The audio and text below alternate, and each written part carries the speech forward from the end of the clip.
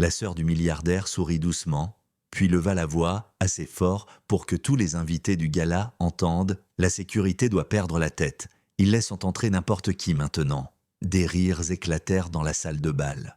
Les téléphones se levèrent pour filmer l'humiliation. Elle pointa le couloir du service et ajouta « Qu'on la fasse sortir avant qu'elle ne vole l'argenterie. » La femme noire ne broncha pas. Elle ne s'expliqua pas. Elle déverrouilla simplement son téléphone, car en une seule commande, elle pouvait effacer l'empire même dont cette famille se vantait. Et ce soir, le monde verrait l'arrogance tomber à ses pieds. Le domaine des Langston brillait comme un monument à la richesse générationnelle, orchestre privé, lustres en cristal, caméras partout. C'était une nuit que l'élite appelait le gala des titans, où les familles puissantes exhibaient leur influence comme des trophées de statues. Helena Carter franchit l'entrée avec une élégance calme. Elle n'était pas là pour être approuvée. Elle était là pour conclure un partenariat qui pouvait changer la finance mondiale. Le groupe Langston avait besoin de la technologie de son entreprise. Leur avenir dépendait de ce soir. Mais dès qu'elle entra dans la salle principale, l'atmosphère changea. Madeleine Langston, héritière de l'empire familial, la repéra et esquissa un sourire cruel, parfaitement maîtrisé. Elle tapa son verre de champagne pour que la musique baisse et que toute l'attention se retourne vers elle. « Oh ma chère !»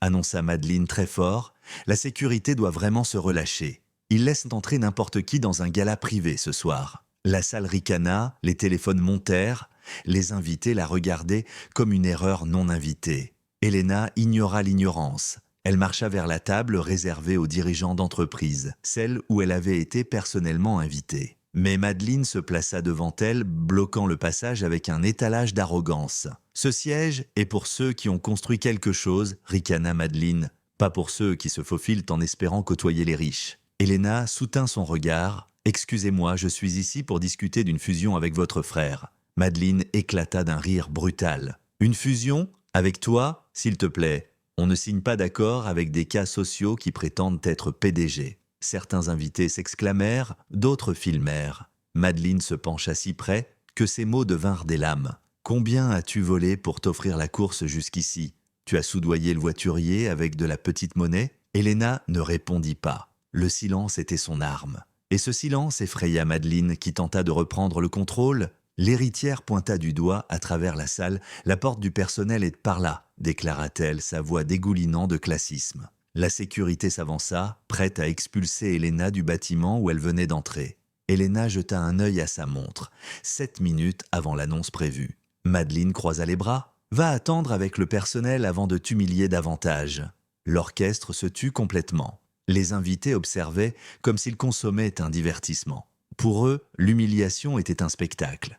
Helena parla enfin. « Tu fais une supposition dangereuse. » Madeleine leva un sourcil. « Et que pourrais-tu bien menacer chez nous ?» Helena appuya une fois sur son téléphone. Les immenses écrans LED derrière la scène s'illuminèrent soudain, remplaçant les visuels du gala par des données financières. Langston Group, contrat gouvernemental de 14,6 milliards en attente, fournisseur de système principal.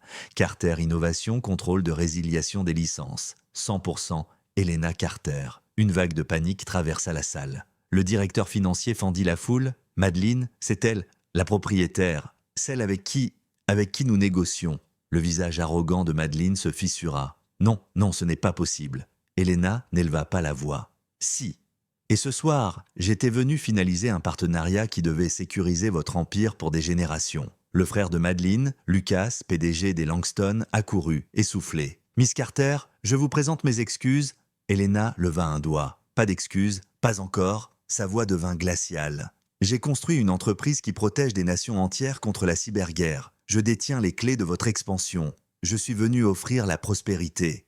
Vous m'avez offert l'humiliation. » Chaque téléphone vibrait avec des alertes de dernière minute, avis de résiliation de fusion déposée, suspension des licences déclenchées, action Langston, moins 27% en chute libre. Lucas devint livide. « Les actionnaires, ils vont nous détruire. » Helena le coupa. « Ils le font déjà. » Madeleine s'avança, tremblante. « On peut arranger ça.